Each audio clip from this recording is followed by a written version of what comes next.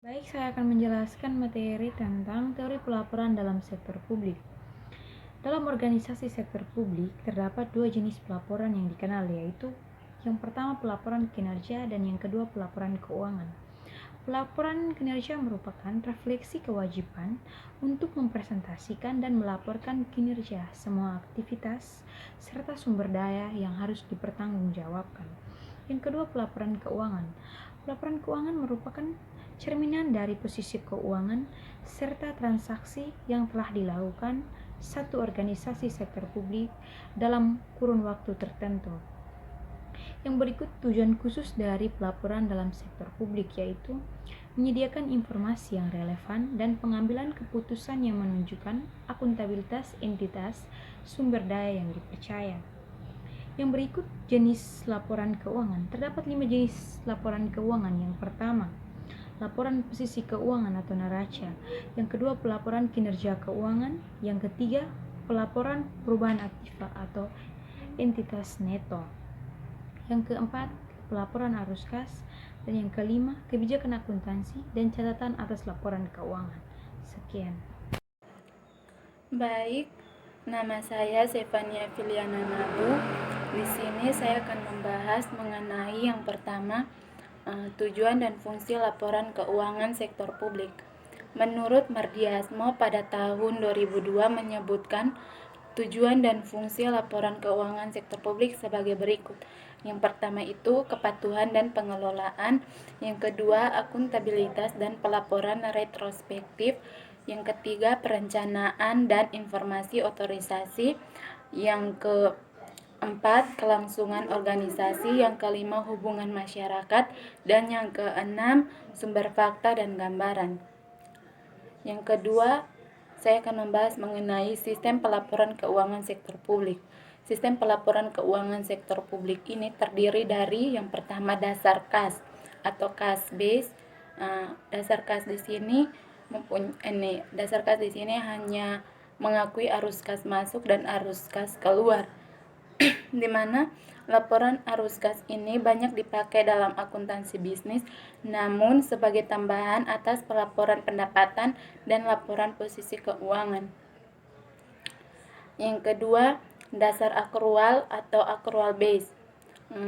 Dasar akrual di sini merupakan penerimaan dan biaya tambahan dalam jumlah yang sesuai satu sama lain, dapat dipertahankan atau dianggap benar dan berkaitan dengan rekening laba dan rugi selama satu periode yang bersangkutan. Yang ketiga, akuntansi dana atau fund accounting merupakan salah satu alternatif sistem akuntansi di sektor publik yang dikembangkan dari dasar kas dan prosedur pengendalian anggaran. Sistem akuntansi dana ini mengakui transaksi organisasi ketika komitmen sudah disepakati.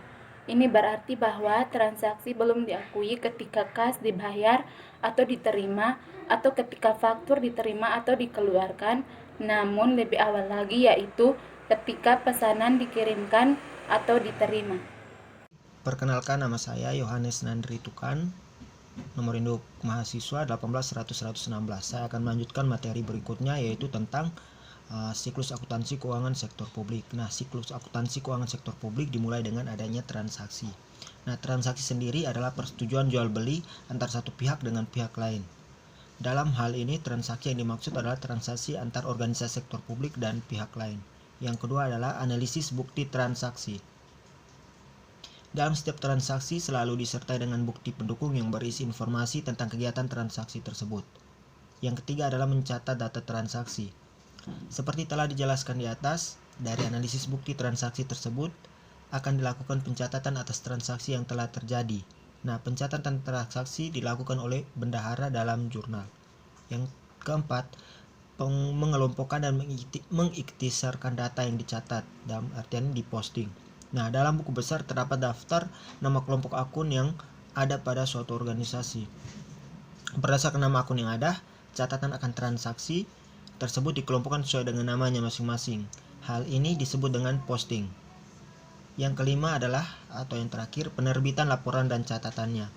Nah, selama satu periode akuntansi, transaksi dicatat dan dikelompokkan ke dalam buku besar, dan kemudian berdasarkan catatan tersebut dibuatlah laporan keuangan yang akan disampaikan kepada pihak-pihak yang berkepentingan. Laporan keuangan yang telah disusun tersebut kemudian dianalisis untuk menilai kebenaran dan reliabilitasnya. Baik, saya akan melanjutkan materi berikutnya, yaitu tentang teknik laporan keuangan sektor publik. Berdasarkan tahapan dalam siklus akuntansi keuangan sektor publik ke teknik sektor publik, maka teknik laporan keuangan itu terdiri atas 3 tahapan, yaitu yang pertama tahap pencatatan yang dimulai dengan kegiatan pengidentifikasian dan pengukuran dalam bentuk bukti transaksi dan bukti pencatatan. Yang kedua, kegiatan pencatatan bukti transaksi dalam buku harian atau jurnal. Dan yang ketiga ada memindah bukukan atau posting dari jurnal berdasarkan kelompok atau jenisnya ke dalam akun buku besar. Yang kedua adalah tahap pengikhtisaran, yaitu dimulai dengan penyusunan neraca saldo berdasarkan akun buku besar. Yang kedua pembuatan ayat jurnal penyesuaian, dan yang ketiga penyusunan kertas kerja atau neraca lajur. Yang keempat pembuatan ayat jurnal penutup. Yang kelima pembuatan neraca saldo setelah penutupan, dan yang terakhir adalah pembuatan ayat jurnal pembalik. Nah, tahap yang terakhir atau tahap laporan, yaitu yang pertama dimulai dengan laporan pada unit kerja organisasi, dan yang terakhir itu dilaporkan pada konsolidasi organisasi. Sekian. Perkenalkan, nama saya Maria Elsiana Mabung. Di sini saya akan menjelaskan pemakaian laporan keuangan sektor publik. Pemakaian laporan keuangan sektor publik dapat didefinisikan dengan menelusuri siapa yang menjadi stakeholder organisasi. Derbin et al. Pada tahun 1981 mengidentifikasikan terdapat 10 kelompok pemakaian laporan keuangan. Di antaranya yaitu pembayar pajak, pemberi dana bantuan, investor, pengguna jasa, karyawan atau pegawai, pemasok, dewan legislatif, manajemen, pemilih, dan badan pengawas. Sementara, Anthony mengklasifikasikan pemakaian laporan keuangan sektor publik menjadi 4 kelompok, yaitu lembaga pemerintah, investor dan kreditor, pemberi sumber daya, dan badan pengawas. Pengklasifikasikan pemakaian laporan keuangan yang dilakukan Anthony adalah dengan mempertimbangkan semua organisasi non-bisnis, bukan untuk organisasi pemerintah saja. Sedangkan Rebin et al. Mengklasifikasikan pemakaian laporan keuangan untuk sektor pemerintah saja. Sementara itu, Henny LD pada tahun 1992 mengklasifikasikan penggunaan laporan keuangan sektor publik menjadi 12 kelompok, diantaranya yaitu anggota terpilih, masyarakat sebagai pemilih atau pembayar pajak, pelanggan atau klien, karyawan pegawai, pelanggan dan pemasok, pemerintah, pesaing, regulator, pemberi pinjaman, donor atau sponsor, investor atau penterbisnis, dan kelompok penekan lainnya. Mengklasifikasikan pemakaian laporan keuangan sektor publik menurut Rogonovi dan Anisi Pasina pada tahun 1997.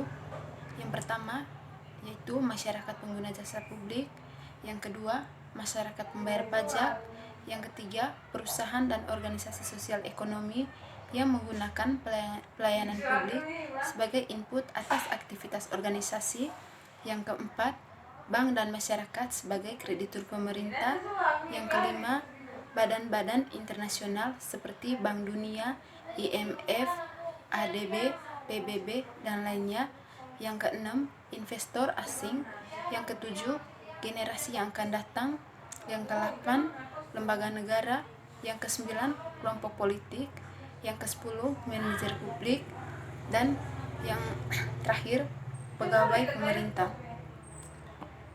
Serikat Dagang Sektor Publik pada tahun 1999 mengidentifikasikan pemakaian laporan keuangan pemerintah. Serikat Dagang Sektor Publik pada tahun 1999 mengidentifikasikan pemakaian laporan keuangan pemerintah menjadi 3 kelompok, yaitu yang pertama, masyarakat yang kepadanya pemerintah bertanggung jawab. Yang kedua, legislatif dan badan pengawas yang secara langsung mewakili rakyat. Dan yang ketiga, investor dan kreditor yang memberi pinjaman dan berpartisipasi dalam proses pemberian pinjaman.